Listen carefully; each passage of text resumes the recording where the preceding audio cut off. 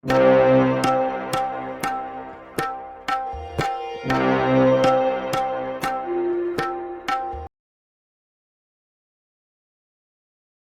கோபுரத்துல இருக்கக்கூடிய கலசத்தை வந்து எல்லாருமே வந்து ஒரு ரொம்பவே ஒரு புனிதமான ஒரு இதா பாக்குறாங்க. அதை வந்து எப்படி போற்றுறாங்களோ அதே மாதிரி இந்த கும்பராசிக்காரங்க ஏதாவது ஒரு வகையில மத்தவங்க புகழக்கூடிய ஒரு இடத்துக்கு வந்து நிச்சயமா போயிடுவாங்க.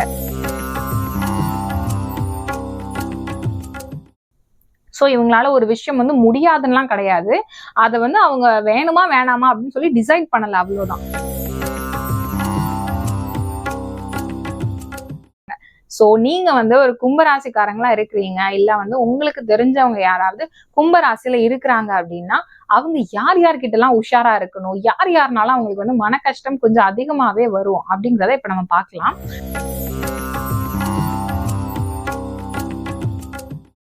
அனைவருக்கும் வணக்கம். இந்த வீடியோல நம்ம பார்க்க போறது கும்ப ராசிக்காரங்களுக்கு யார் யாரெல்லாம் வந்து மன கஷ்டத்தை கொடுக்கக்கூடிய ராசியா இருப்பாங்க அப்படிங்கிறதுதான். கும்ப ராசி அப்படிங்கும் போது இவங்களுக்கு வந்து அவ்வளவு சீக்கிரம் கஷ்டங்கள் வெளியே இருந்து வராது. ஏன்னா இவங்களுக்கு வந்து ரொம்ப க்ளோஸ் சர்க்கிள்ல உள்ளவங்க தான் இவங்களுக்கு வந்து பிரச்சனைகளை கொடுப்பாங்க. நமக்கு வந்து எப்படி இந்த கும்பம் அப்படிங்கிறது வந்து ரொம்பவே ஒரு உயர்ந்த இடத்துல நம்ம வந்து வச்சு பார்ப்போம். ஏதாவது நம்ம வீட்டுல ஒரு ஃபங்க்ஷன் வைக்கிறோம் அப்படின்னா முதல்ல வந்து ஒரு கும்பம் வைக்கணும் அப்படின்னு சொல்லி வச்சிருப்போம். நவராத்திரியில கூட நம்ம வந்து கும்பம் எல்லாம் வந்து வைப்போம். கோவில்லையும் வந்து நமக்கு கலசம் வைப்பாங்க, பார்த்துருக்கீங்களா? பானை மாதிரி நம்ம வந்து பார்த்திருப்போம். சோ அந்த ஷேப் தான் வந்து இந்த ராசியுடையது. இவங்களுமே வந்து நிச்சயமா வாழ்க்கையில ஒரு உயர்ந்த இடத்துக்கு வந்து போயிடுவாங்க. சோ கும்பராசி பொறுத்த அளவுல அவங்களுடைய ஃபேமிலி மெம்பர்ஸ் இப்போ என்ன அவங்களுக்கு வந்து இப்போ நேரமே சரியில்லை, இவங்களுக்கு வந்து ஒரு நல்லபடியான வாழ்க்கை கிடைக்குமா அந்த மாதிரிலாம் வந்து யோசிச்சீங்கன்னா இவங்களுடைய ஆரம்ப கால வாழ்க்கை அப்படின்றது எப்பவுமே வந்து ஏதாவது ஒரு வகையில கஷ்டம் அப்படிங்கிறது இருந்தாதான் அடுத்தது வந்து இவங்களுடைய எதிர்காலம் வந்து ரொம்ப நல்லபடியா இருக்குங்க. அதனால நீங்க வந்து அதை நினைச்சு கவலையே படாதீங்க.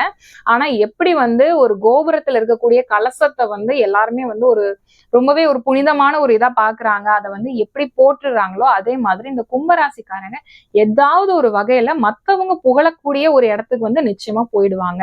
சரி, இந்த கும்பராசியை பொறுத்த அளவுல பாத்தீங்கன்னா தேவையில்லாம எதையுமே செய்ய மாட்டாங்க. ஒரு நம்ம வந்து ஒரு 10 வேலை அவங்க கிட்ட கொடுக்குறோம் அப்படின்னா பாப்பாங்க. நானா சரி பாக்குறேன் அப்படின்னு சொல்லிட்டு விட்டுட்டு அந்த வேலையில இருந்து எப்படி எஸ்கேப் ஆகணும் அப்படிங்கறத அழகா பண்ணிடுவாங்க. இப்போ நீங்க வந்து அதை 10 வேலையும் நான் வந்து நீ செய்யணும், அதுக்கு நான் உனக்கு வந்து ஒரு சேலரி கொடுத்துருவேன் அப்படின்னா சரி ஓகே எனக்கு அதுல ஒரு பெனிஃபிட் கிடைக்குது அப்படின்னு சொல்லிட்டு அந்த 10 வேலையும் செஞ்சு கொடுத்துருவாங்க. சோ இவங்களால ஒரு விஷயம் வந்து முடியாதுன்னுலாம் கிடையாது. அதை வந்து அவங்க வேணுமா வேணாமா அப்படின்னு சொல்லி டிசைட் பண்ணல, அவ்வளவுதான். சோ உங்க வீட்லயே வந்து ஒரு கும்பராசிக்காரங்க இருக்கிறாங்க அப்படின்னா அவங்க கிட்ட நீங்க வந்து காலையில இதை பண்ணிரு, மத்தியானம் இதை பண்ணிரு, நைட்டு இதை பண்ணிரு அப்படின்னீங்கன்னா அவங்களுக்கு என்ன பிடிக்குதோ அதை பண்ணுவாங்க, மத்தது எல்லாத்தையும் வந்து டீல்ல விட்டுருவாங்க. சோ நீங்க வந்து ஒரு கும்பராசிக்காரங்களா இருக்கிறீங்க, இல்ல வந்து உங்களுக்கு தெரிஞ்சவங்க யாராவது கும்பராசியில இருக்கிறாங்க அப்படின்னா அவங்க யார் யார்கிட்ட எல்லாம் உஷாரா இருக்கணும், யார் யாருனாலும் அவங்களுக்கு வந்து மன கஷ்டம் கொஞ்சம் அதிகமாவே வரும் அப்படிங்கிறத இப்ப நம்ம பார்க்கலாம்.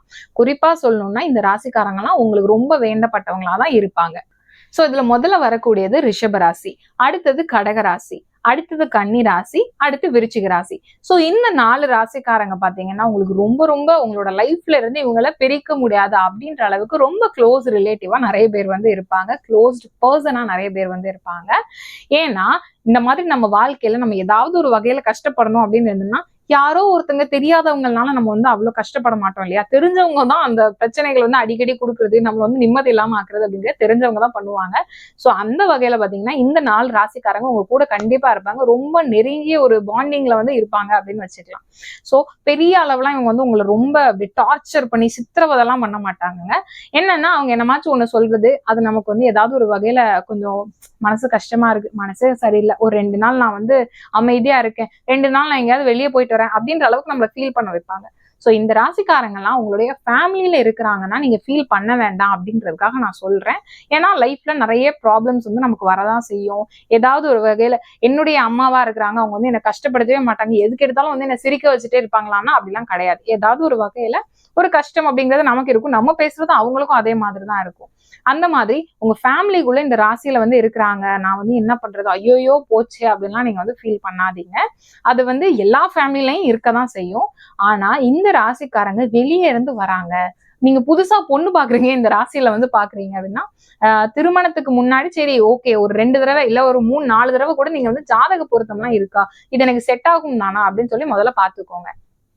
ஓகே, இது வந்து நான் வேலை பார்க்குற இடத்துல இந்த ராசிக்காரங்க இருக்கிறாங்க, அவங்க மூலமா எனக்கு ஏதாவது பிரச்சனைகள் வருமா அப்படின்னா வரலாம். ஸோ தேவையில்லாம நீங்க வந்து இந்த ராசிக்காரங்க கிட்ட பேச்சுவார்த்தையே வச்சுக்க வேண்டாம் அப்படின்றது என்னுடைய சஜஷன்.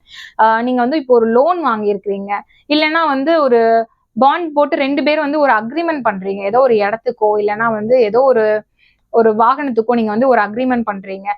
ஒருத்தன்கிட்ட இருந்து பழைய வாகனத்த நீங்க வந்து வாங்கியிருக்கிறீங்க. சோ இந்த மாதிரி முக்கியமான டீலிங்லாம் நீங்க வந்து வச்சுக்கிறீங்க அப்படின்னா, அது இந்த ராசிக்காரங்க கிட்ட வந்து தவிர்த்துக்கிறது நல்லதுங்க. இவங்கள வந்து ஒரு பார்ட்னர்ஷிப் சேர்த்து நான் வந்து ஒரு பிசினஸ் பண்ணலாமா அப்படின்ற கேள்விக்கே இடம் வேணாம். கண்டிப்பா பண்ணாதீங்க அப்படின்றத ஆன்சரா இருக்கும். சோ ரொம்ப ரொம்ப முக்கியமான விஷயங்கள வந்து நீங்க இவங்க கூட ஹேண்டில் பண்ணாம இருக்கிறீங்க, டீல் பண்ணாம இருக்கிறீங்க அப்படின்னாலே உங்களுக்கு வந்து ரொம்பவே நல்லது. சோ இத கண்டிப்பா நீங்க ஃபாலோ பண்ணுங்க. இதே போல அடுத்த ஒரு வீடியோல சந்திக்கலாம். நன்றி, வணக்கம்.